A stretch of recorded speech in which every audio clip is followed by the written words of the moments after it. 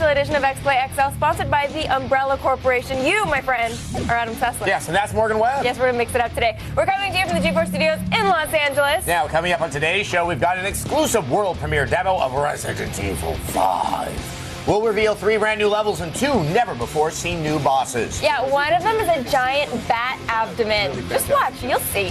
All in all, we've lined up over 15 minutes of new, never-before-seen gameplay, one of 2009's biggest games. But that is actually not all. There's more. Yeah, there is. We're going to review Sonic Unleashed, a game that should probably actually be leashed and maybe even put down. Then we give you the brutal truth in our review of Destroy All Humans, Path of the Furon, and tell you how it stacks up against the other games. And we've got another world premiere demo in our exclusive look at The Conduit, the ambitious first-person shooter for the Wii. But first, we are going to send it over to Kristen Adams. She's here to tell us what's coming up in today's gaming update. Thanks, Morgan. Coming up, we've got all the details on the new Metal Gear Solid Touch game for the iPhone. Find out what Konami has in store for this pint-sized, touch-enabled version of the Metal Gear franchise. And we'll dive headfirst into the rumor mill to see if we can get to the bottom of Sony's plans for the PSP. Are new games already being developed for the PSP too? Next, is the video game industry really recession-proof? That's an easy question to answer for former employees of developer Factor 5 and publisher Midway Games. We've got the latest on huge layoffs. Finally, we take a look at the 16-bit inspired music video for DJ i-dee's new single, Swollen Dome. You've got to see it. Very cool. We've got all those details and more coming up. But now, let's go back over to Adam. Thank you, Kristen. Now, so you think that since we're reaching the end of the year, you'll have plenty of time to get all those big games that found themselves at the bottom of the pile. Guess what? The pile just got bigger. We're about to go hands-on with Resident Evil 5 in a world premiere demo.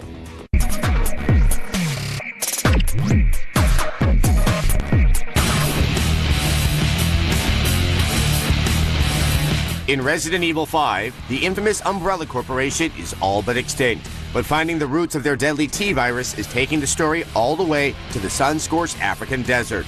This time around, Chris Redfield and newcomer Shiva Alomar are in a fight for their lives that features intense co-op gameplay with smarter enemies, bigger environments, and a few familiar faces. Joining us today is Capcom's Mike Webster. Thanks so much for joining us and bringing Resident Evil 5. Thanks for having us. Yeah, this is great. Happy to be here. Now, we've seen that opening level of the game a couple of times, but this is some new stuff. Where are we now inside of Resident Evil 5? It looks like Chris and Sheva have just come through one of the mines and are in hot pursuit of a gentleman named Irving, who they are trying to track down to get some answers from. Because Irving, it just sounds evil when you say Irving that way. Now, I'm assuming if they just came out of a mine, that we are still in Africa. We are. Okay. We absolutely are. Now, let's go back and talk a little bit about what's so new and fresh about Resident Evil 5. Obviously, it looks really good, but we can get to that in a moment. Obviously, Resident Evil 4 was a huge change in terms of how you play the game, and just everything about Resident Evil changed. How much change are we seeing from Resident Evil 4 to Resident Evil 5? Well, I think what the design team in Japan really tried to do was take advantage of the fact that for the first time we're on the next-gen platforms. Now, obviously, the control scheme changed so much for Resident Evil 4. How are you guys approaching it in Resident Evil 5? Obviously, so much has happened since Resident Evil 4 has come out. Yeah. So we're bringing the old controls back, but we're allowing people to choose whether they want to choose sort of what we call classic Resident Evil controls or sort of new, more progressive controls. In addition to innovating with the platforms, Takuchi-san really wanted to innovate with the gameplay experience and what the consumers were going to be experiencing in the game. And they're very cognizant of how people play games and how that changes over time based on other games that come out and change the space. What are some of these progressive additions in the control scheme? It's more of a sort of a Gears of War type of controls. You don't have to necessarily be stationary anymore while you're shooting. That's one of them. Stuff like that. Now, obviously, that probably plays into the fact that it looks like there's a lot more enemies on screen. I mean, there's a lot more going on than anything I've seen before in a Resident Evil game. Well, now you have 2 people, right? Yeah. So you got 2 people, so you got twice the enemies. But yeah, I mean, there's definitely a design emphasis on participating in battles together and teaming up to defeat enemies together.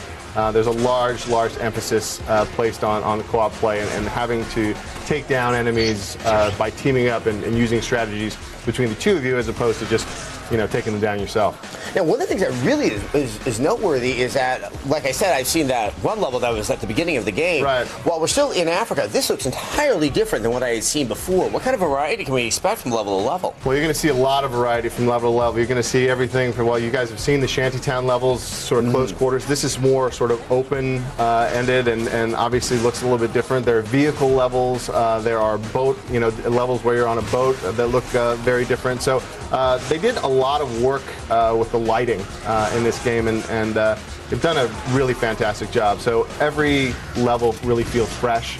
It feels new. It feels like you're really sort of advancing the story. It doesn't feel like you're playing the same level over and over again. Now, this is still a survival horror game. It is. So that means that inventory plays an important role, so you're not always replete with weapons. What are the weapons available, and how limited will they be so you can maintain that challenge? That's a great question. We're going to be talking a lot more about weapons as we get closer to launch. But safe to say that both Sheva and Chris have an inventory system, and so they have certain things that they can carry with them at all times. And they can share those things back and forth. If Sheva gets into trouble, she runs out of ammo, Chris can give her some ammo. If she runs into problems with health, Chris can heal her. That's part of the whole co-op experience. But safe to say that you've got your standard weapons, and then I think as you're going to find out as we release later on in the campaign, there's some really nice ones that are coming down the pipe. This is kind of dramatic. What's happening here right now? It's pretty dramatic. This is one of the bosses in the game. This is we affectionately call him the Bat Boss, but his actual name is Poppy Karimu. That sounds a little more exciting than Bat Boss. I see where you're going with Bat Boss here. He's actually a boss that was created by infecting a bat with a virus. And this is sort of what you get in Resident Evil land when you do that. Now, is this the T virus that's always been sort of at the heart of the mythos surrounding Resident Evil? Actually, we're going back a little bit further than that. This Chris is actually in Africa, trying to discover the root of the original progenitor virus, and out of that, as you know, came the G virus. Right. So you're going to have to take a look at the game in order to see how all that pans out. But safe to say that we're answering some questions from some past Resident Evils for sure. Now, with these boss battles, I saw that there are some QuickTime events, so that's still a key component of Resident Evil 5. It is. It absolutely is. And we wanted to make these battles. Fear is a big part of Resident Evil, and certainly the dark and the way that you play with the lighting can certainly affect that. But you put a boss like this in front of someone, it's just scary. Yeah, it's pretty scary in itself. So.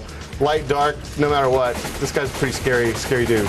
Yeah, it's definitely, yes, anxiety. That's one of the things I like about Resident Evil 5, and I think it's the only time I do like anxiety. Mike, thanks so much. I know you're staying around because you're going to be showing us 2 more exclusive levels, which is very good, so I'm going to chain you to something so you don't leave. Anyway, with that, let's send it back over to Morgan. The first to Destroy All Humans took home a 4 out of 5. So we were expecting another solid game for the series trip into the 70s. Sadly, we couldn't have been more wrong. Like Rick D's singing career, the path of the Furon is best forgotten. Here's our review.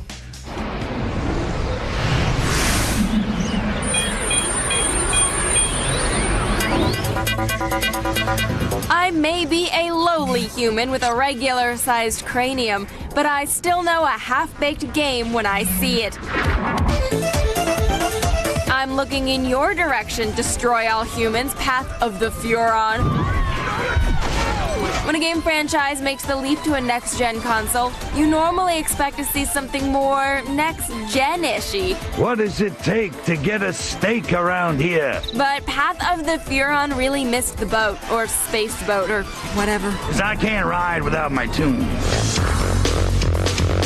It's a sad state of affairs when you can't appreciate the simple beauty of a flying saucer destroying a major city. But with all the technical issues plaguing this game, you have to wonder what could have been if they had actually finished the game. The saucer is not quite fully operational. The story picks up with Crypto in a Las Vegas-like casino town. There's a mob war and an alien invasion, and Crypto takes off on a worldwide adventure to figure things out.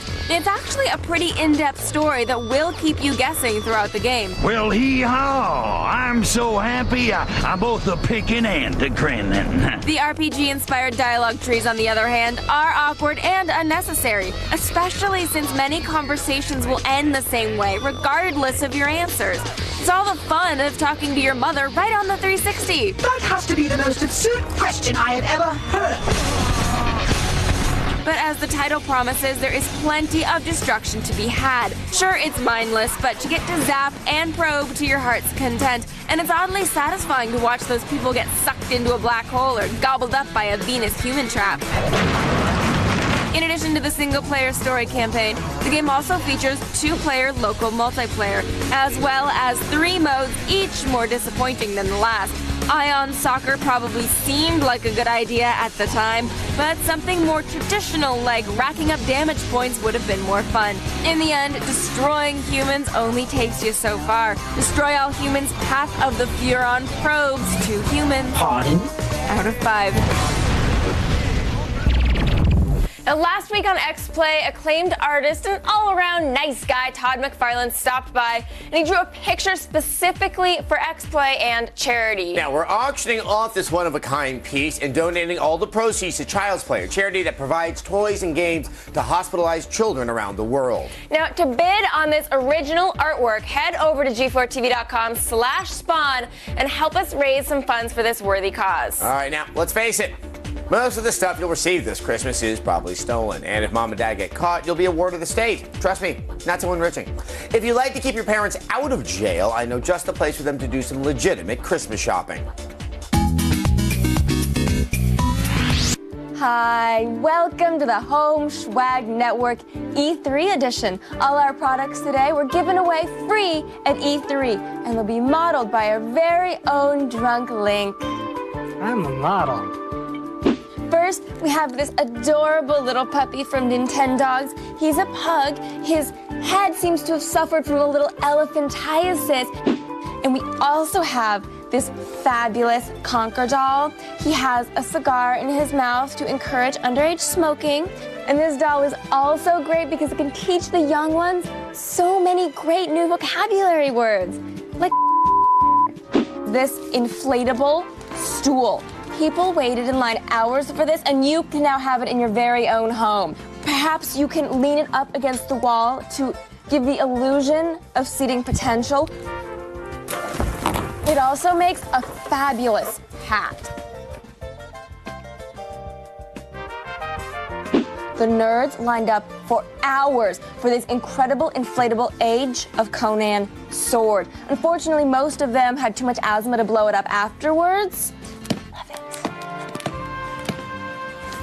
This isn't from E3, this is from X-Play. This is something from us to you. It's one of our very own interns. Isn't he gorgeous? He's from a West Coast vocational and technical school. Now you may remember him as our screaming intern.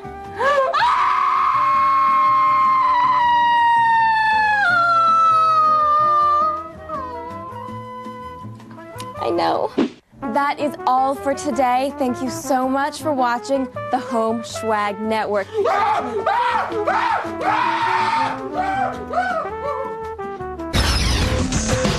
Coming up on X-Play XL. Be here for 2 more exclusive demos of Resident Evil 5. Twice the zombies at half the price. Don't miss the reveal of 2 all-new, never-before-seen levels. Then we continue our exclusive look at Conduit for the Wii. See if this first-person shooter quenches your hardcore thirst. And Sega's mascot is off and running. We review Sonic Unleashed and tell you whether the world's fastest hedgehog grabs a golden ring. Plus, we jump into the mocap studio with Cy Young winner Tim Lincecum as we go all access with MLB 2K9. All this and more. Don't move.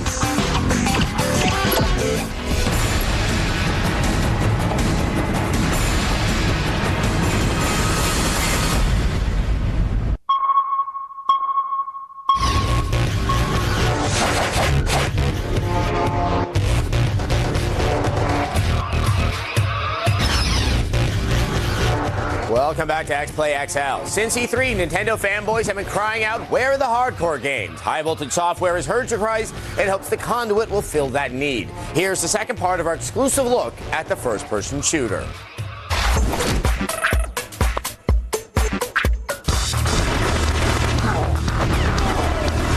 The Conduit is a new first-person shooter game by High Voltage Software for the Wii. Setting, an alien invaded Washington, D.C. in the very near future. And as for the title, the conduits are the portals that the aliens use to come down to Earth. This is the start of an alien invasion. The deeper you get into the game, you realize that you can't trust anyone. So it really is a game laced with conspiracy, alien invasion, and shady government actions. You move through the story and you start to see new enemies, new weapons, new boss characters. And as for the weapons, you have 3 high-tech versions, plus another clever little device. You have human, the trust, and alien weaponry. We have a device which is really cool called the All-Seeing Eye. Interesting. It's just this really cool intelligence gathering device that's used to do the more puzzle-oriented aspects of the game. When you are not seeking out hidden puzzles, but rather enemies to snipe, you'll find this new tech extremely helpful and realistic. One of the newer pieces of technology that's been included is adding depth of field. So when we go into a zoom mode to snipe our enemies, you can see that as the cursor is highlighting that enemy, it's really focusing in on that enemy, and you have that depth of field. So, who is the main enemy target of the Conduit? You neglected to mention the giant alien standing on the bridge. So the alien menace that you're going to be fighting is called the Dread, and what you're going to see are these small in-your-face aliens that come up and claw at you. And what High Voltage has been able to do with the AI is create very intelligent aliens who can fight in groups that are going to hide behind cover, try to outflank you, and use their weapons to try and take you down. With these new sniper weapons, we'll see who takes who down. Attention auto executives, you need to be thinking frugally these days. Congress isn't going to give you any money if they catch you in a GameStop with an armful of $60 games. Maybe you should try these titles, which are for cheap bastards.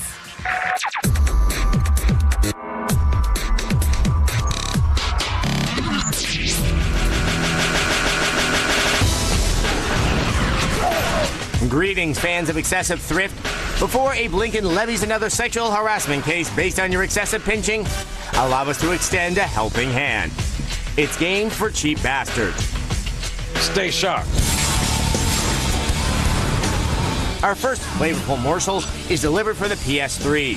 Heavenly Sword shoots grace, guts, and vertical volume straight down yours, throat. As you command. A game space slick with the crimson fluid of the death-deserving axe as a platform for intuitive combat and satisfying combos. This game's got it all. Fearsome boss battles, interesting level design, and evolving challenge, all for the paltry price tag of $29.98. I don't like these drones. Our next AAA threat laying at the feet of cheap is for the Nintendo Wii.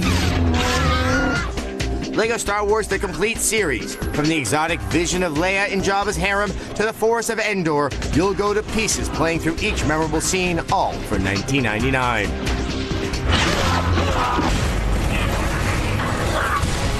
Last and least cheap is the title that launched millions of multiplayer murders. It's Halo 3 for the Xbox 360, marked down to $39.99. The man without a face never looked better, whacking rebellious grunts with new weapons, enemies, and landscapes that will take the breath straight out of your adversary's lungs. Somebody give that guy a weapon. Corporal, make it quick. And there you have it, game fan. When games like these cost so little, who says the economy's bad?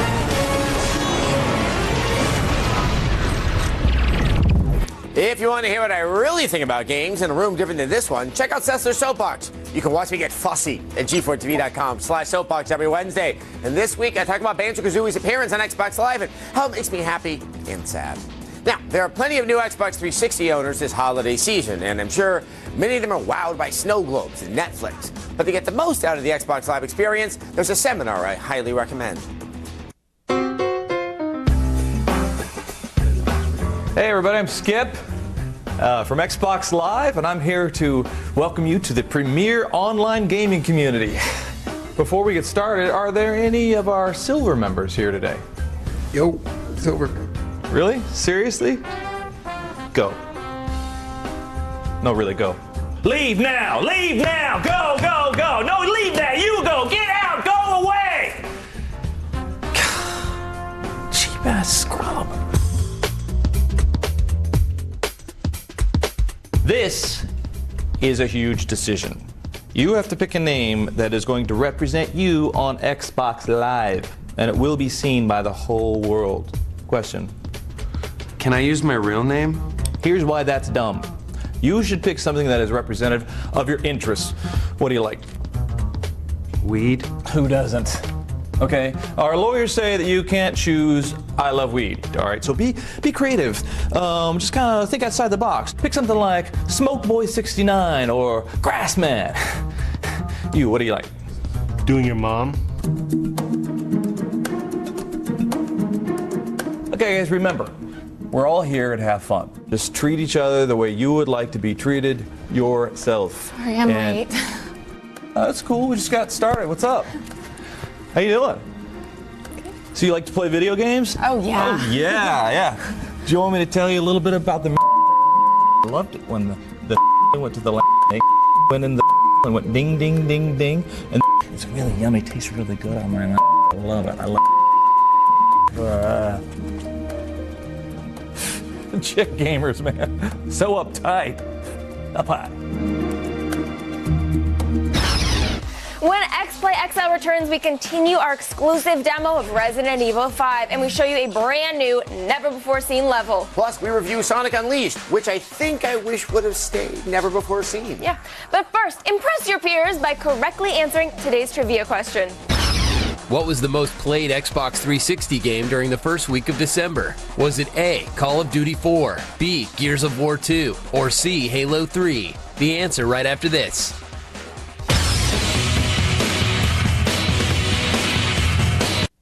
Before the break, we asked you, what was the most played Xbox 360 game during the first week of December? The answer is C, Halo 3. The game still remains dominant well over a year after its release. Welcome back to X-Play XL. It's our holiday gift to you, because we're cheap. We're also an hour long today with more games and even more news. Kristen Adams has all of the day's top headlines in the Gaming Update.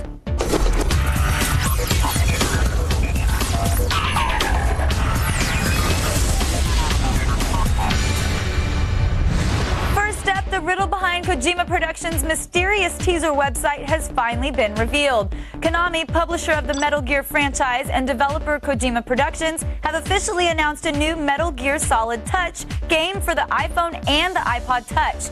Players will have touchscreen control over the targeting reticle of their weapons and can even zoom in for a headshot by simply spreading their fingers. Metal Gear Solid Touch will feature old Snake fighting through 8 levels with environments similar to those found in Metal Gear Solid 4, Guns of the Patriots. Additional downloadable levels are expected to be available after the title's release. The game is expected to be available in North America, Europe, and Japan in the spring of 2009.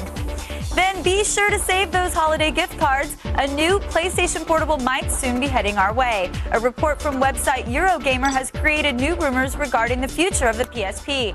The site claims that, quote, publishing sources have provided them details of Sony's plan to launch a new PSP 4000 model in late 2009. In addition, the report says Sony is already working on a true successor to the PSP and that developers are currently working on games for Sony's next handheld. And bad news regarding developer Factor 5 and publisher Midway Games. In the wake of troubled times and an economic recession, Midway Games has announced a new cost-cutting plan that will eliminate several unannounced titles and 25% of its workforce. Over 200 full-time employees have been laid off. Meanwhile, an ex-Factor 5 employee might be sued for writing a blog post which claimed the developer had not paid its employees in nearly 2 months. While still unconfirmed, reports say nearly half of Factor 5's workforce has been laid off. Ouch. Finally, we're taking a look at the 16-bit inspired music video for DJ i-dee's new single, Swollen Dome. One look at this video, and it's clear this DJ was inspired by a number of classic video games. Take a look. 6, 7, 8, 9, 10. Yourself, I don't want to hear your CD. I might be busy. If I don't pick, I still might be busy. But my baby everywhere. My baby. What the do you think? You think you're gonna revive turntablism? My wife has been giving me problems, you know, left and right. But you know what? Come on. Yo, he's conceited. He got a problem. I'm not conceited. He got a problem. Yo, he's conceited. I'm not conceited. They just couldn't. Nice work, DJ i-dee. That's it for today's gaming update. For the latest news, be sure to check out our website, g4tv.com/xplay. But now, let's send it over to Morgan for more zombie killing fun. Joining us again for this exclusive look at Resident Evil 5, Capcom's Mike Webster. Thank you so much for coming by again. Nice to be here. Let me chat with you. Okay, what level are we looking at right now? Right now, it looks like we're looking at the oil refinery level. Chris and Sheva have just finished a battle with a big bat boss, and they've come through a camp that seems to have a bunch of tents with a Tricell logo on them, which leads them to this area right here.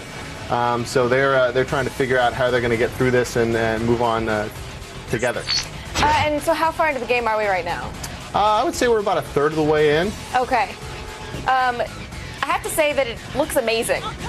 They're great. I mean, with the MT framework engine that Capcom Japan has, they really, really did a nice job. And in fact, the lighting in the game was referenced by a director that shot a lot of our viral videos that we're using in marketing. They actually used the game as a lighting reference, which is pretty amazing and certainly a nod to the work that the guys in Japan are doing. Let's talk about this two-player model. It could go very badly, but it also could do very well. I mean, obviously you guys knew the risks when you were starting to do this. Absolutely. Let's talk about the basics about how it works. Okay, so basically Chris and Sheva both have their own inventories.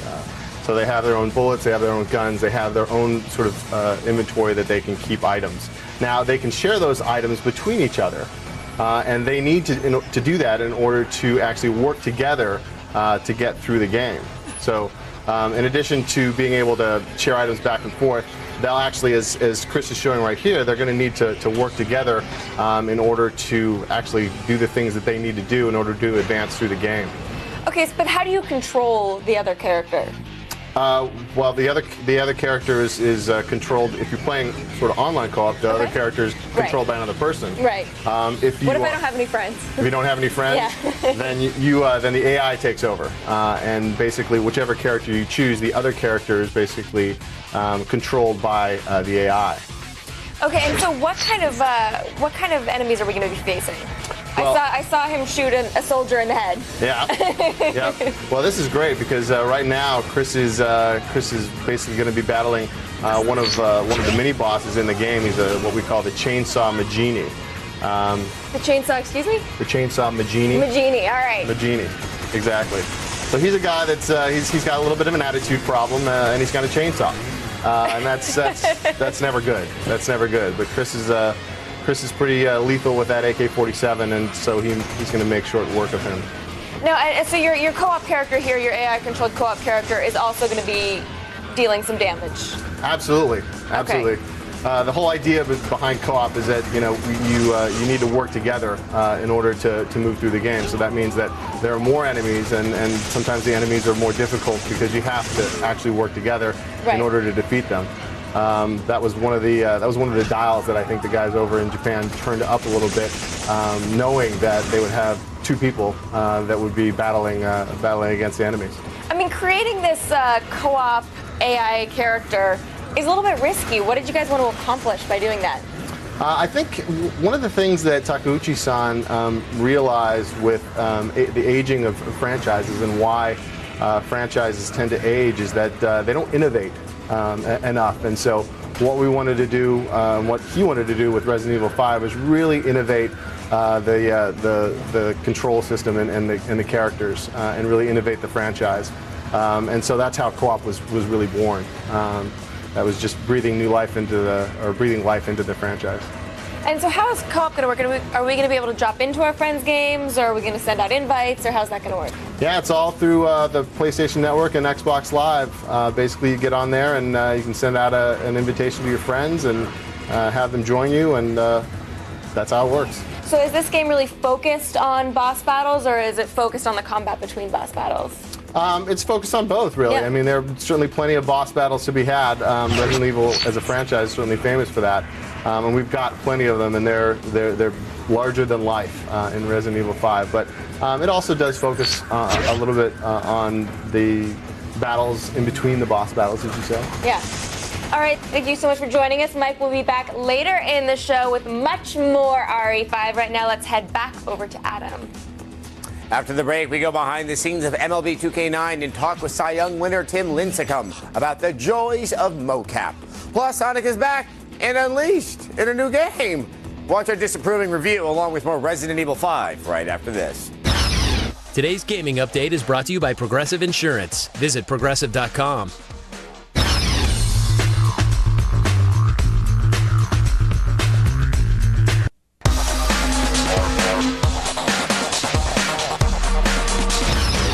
Welcome back to X-Play XL. Too many games, just enough time.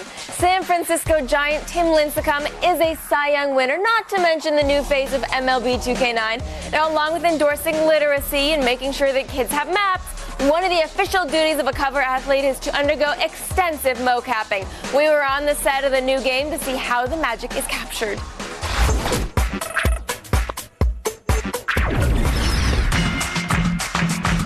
As Major League ball players spend their winter vacations coming up with new ways to cheat or getting huge, massive contracts by the Yankees, rest assured there's one young baseball player doing the right and noble thing for his community.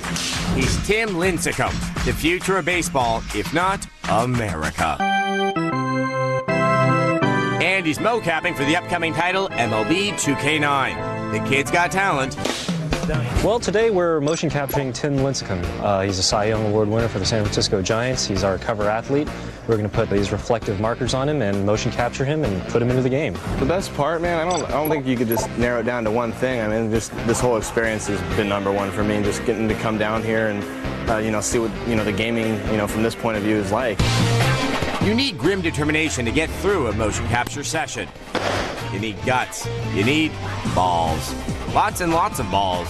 Takes getting used to, doesn't it, Mr. Cy Young Award winner? I think out on the field is where I feel most at home, no matter what the situation is. But, in a leotard with a whole bunch of sensors on me, that's something I've never done before, so it's a little different for me.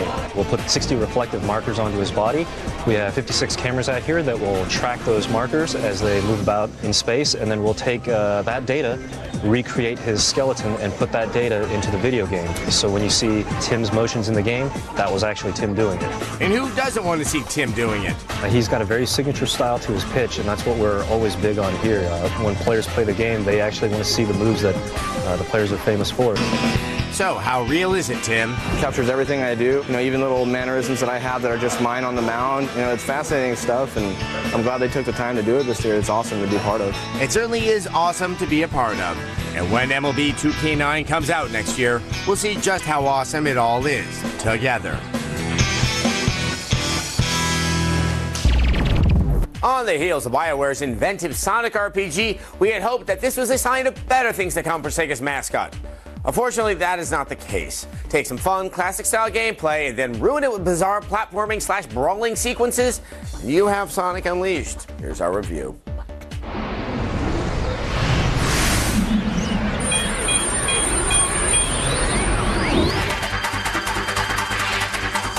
When will game makers learn that simply unleashing something doesn't automatically make it good? Well, not yet. And Sonic Unleashed is here to prove it once again. By far, the best part about Sonic Unleashed is Sonic himself. If you love the Hedgehog, this game will remind you of what made Sonic great. The speed, the exploration, the scenery. But when it works, it's like being a kid again. Unfortunately, it doesn't always work. One thing that doesn't work is cutscenes. Sure, they look really nice and glossy, and you'll have plenty of time to appreciate their beauty since you cannot skip them, no matter how hard you might try, and scenes can't go fast enough when Chip is involved. And watch out, because they also unleashed the Werehog, one of the worst characters ever to grace the series. He's slow and his sections are a mess. Besides, Sonic is a lover and the Werehog is a fighter. It isn't meant to be. The platforming sections work, but not always. You need to get in a certain distance in order to grapple, but oftentimes that point is when you are midair and swinging from pole to pole. It doesn't always work, and when it doesn't, you die. The camera is also positioned in a way that makes some of the more challenging jumps even harder. And if you like senseless aggravation, you'll appreciate the save points, which are few and far between. When you die, you'll often have to redo big chunks of the stage, and in doing so, you also lose rings and experience. Fun. Don't expect too much from the cities. They're usually filled with boring people that don't really have anything interesting to say to you. Just like real life. Occasionally you'll get a mini mission, but you never feel like you're gaining much from the interactions. The trouble with Sonic Unleashed is that it reminds you of the good times, but only a little. Sonic Unleashed gets 2 rings. out of 5. Disappointment, but not unexpected. Well, stay with us because our exclusive Resident Evil 5 demo continues after the break. We'll reveal a brand new level and more if you're patient.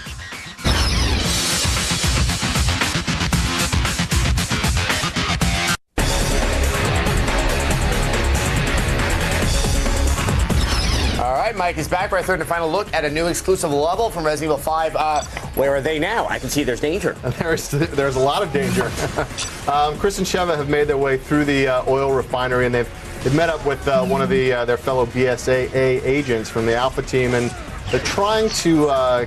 He's trying to hack into a computer in order to open these doors so that they can take an elevator up and get out of there. And literally, Maginis are coming through the windows and basically trying to take him out.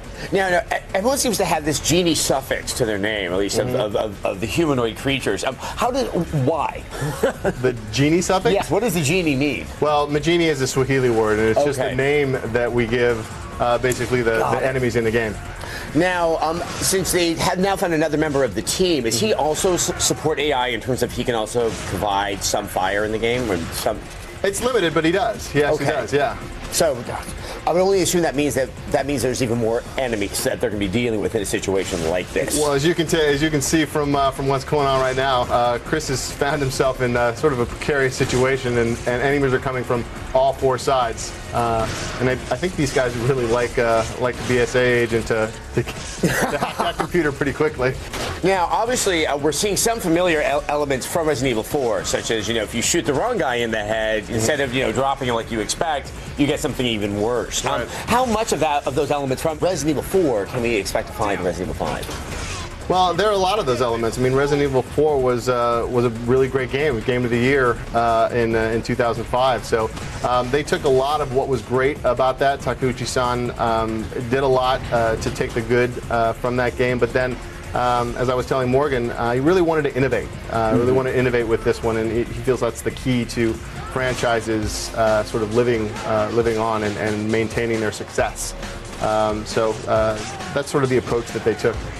Now, one of the other benefits of next-gen systems is with that processing power, you can really play around with the AI. Now, obviously, you're sort of dealing with the undead that don't tend to have the most dynamic way of dealing with the situation. But what can we expect in terms of different behaviors from the enemies in the game? Well, the enemies in the game, they'll attack. They're not sort of comatose and just sort of all just wandering around trying to follow you. They have weapons, as in Resident Evil 4, and they will attack you. So that's another thing that we kept from Resident Evil 4. Now, outside of the co-op elements, what are other strategic, strategies really for the player to be able to survive? What I have a feeling it's a rather challenging game. I mean, what is the sort of the mindset of the player? The mindset of the player, I guess, is you need to be able to explore. Resident Evil has a long history in exploration, so we want them to explore the different areas of the game and use their inventory and the inventory system that we've implemented to be able to develop strategies to take on both the minor enemies and the major bosses. Now, obviously, this is some beautiful, beautiful environments. We've seen in the past, and obviously it's become more common in games nowadays, that there are either achievements or sort of collectibles or things sort of scattered throughout the game to encourage you to go to every single nook and cranny. We're going to get any of that goodness out of Resident Evil 5? A lot of goodness out of that in Resident Evil 5, absolutely. Now, how much more of a challenge does that can present to the player to be able to sort of survive and get all of this good stuff? Well, it sort of presents a situation where the player can approach the game as they wish. They can go through the game and have a great gameplay experience and experience the story and have all that, or they can stop at places and explore around a little while and get a little bit deeper into the game. One thing which is kind of an exciting change for the system is the save system seems to have evolved from the old typewriter format. It has. There's a checkpoint system that we have now in Resident Evil 5. As you're playing the game, if you die, you'll go back to the checkpoint, and then if you quit out of the game, then you'll go back to the last save point. Now, as we were also chatting a little bit earlier about sort of the inventory system being so crucial to that sense of tension inside the game, how much space is the player really going to get to hold on to stuff?